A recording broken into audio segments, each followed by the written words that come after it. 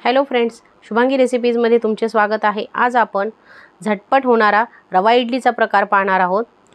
अतिशय सोपा आहे। चला तर रेसिपीला सुरुवात करूयात। गॅसवरती कढई ठेवायची आहे। त्यामध्ये 2 कप रवा आपल्याला टाकून घ्यायचा आहे। हलकासा हा रवा आपल्याला इथे भाजून घ्यायचा आहे, म्हणजे इडलीला असा कच्चा वास येत नाही। त्यामुळे रवा इथे भाजून घ्यायचा आहे। तुम्ही इथे जाड बारीक कोणताही रवा वापरू शकता। नंतर हा रवा एका बाउलमध्ये काढून घ्यायचा आहे। त्यामध्ये चवीप्रमाणे मीठ टाकून घ्यायचं आहे। दही टाकायचं आहे। अर्धा कप दही टाकलेलं आहे। अर्धा कप पाणी ॲड करायचं आहे। तुम्ही इथे दही नसेल तर ताकही वापरू शकता। हे व्यवस्थित मिक्स करून घ्यायचं आहे। मिक्स झाल्यानंतर 15 ते 20 मिनिट हे झाकून ठेवायचं आहे, म्हणजे व्यवस्थित रवा फुलून येईल।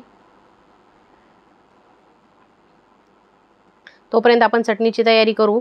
एका मिक्सरच्या भांड्यामध्ये अर्धा कप खोबरं, पाव वाटी डाळवं, 3 ते 4 हिरव्या मिरच्या, कोथिंबीर, पुदिना, मीठ, थोडीशी साखर, अद्रक आणि 1 चमचा दही किंवा लिंबाचा रस तुम्ही इथे वापरू शकता। थोडंसं पाणी घालून ही चटणी मिक्सरमध्ये वाटून घ्यायची आहे।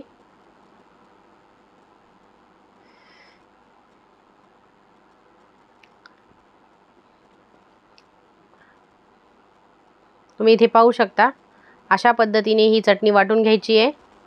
त्यानंतर ह्या चटणीवरती आपण आता तडका टाकणार आहोत। तो तडक्याची तयारी करूयात। गॅसवरती पॅन ठेवलेला आहे। त्यामध्ये 1 टेबलस्पून तेल, थोडीशी मोहरी, थोडंसं जिरं, 2 ते 3 सुक्या मिरच्या आणि काही कढीपत्त्याची पानं टाकून हा तडका आपल्याला इथे बनवून घ्यायचा आहे। आणि चटणीवरती हा तडका आपण घालून घेणार आहोत। आता इडलीच्या बॅटरमध्येही आपल्याला एक तडका बनवायचा आहे, तो ह्यामध्ये घालणार आहोत। तर गॅसवरती पॅन ठेवलेला आहे। त्यामध्ये 1 टेबलस्पून तेल, काही काजू फ्राय करून घेतले आहेत, थोडीशी मोहरी, 1 चमचा उडीद डाळ, 3 ते 4 बारीक चिरून घेतलेल्या मिरच्या,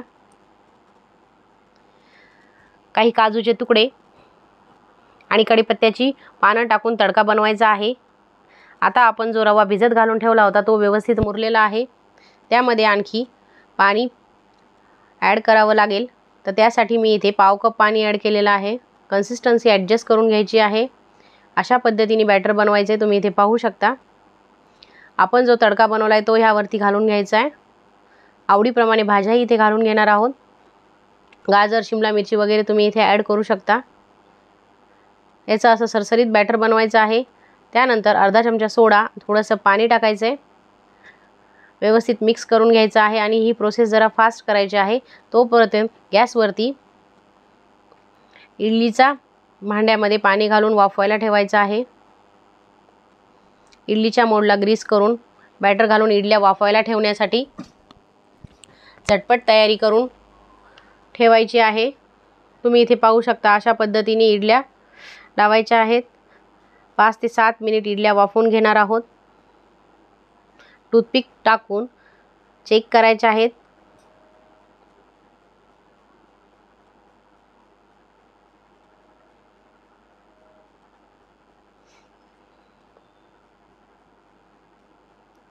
मस्त इडल्या तयार झालेल्या आहेत, तुम्ही इथे पाहू शकता।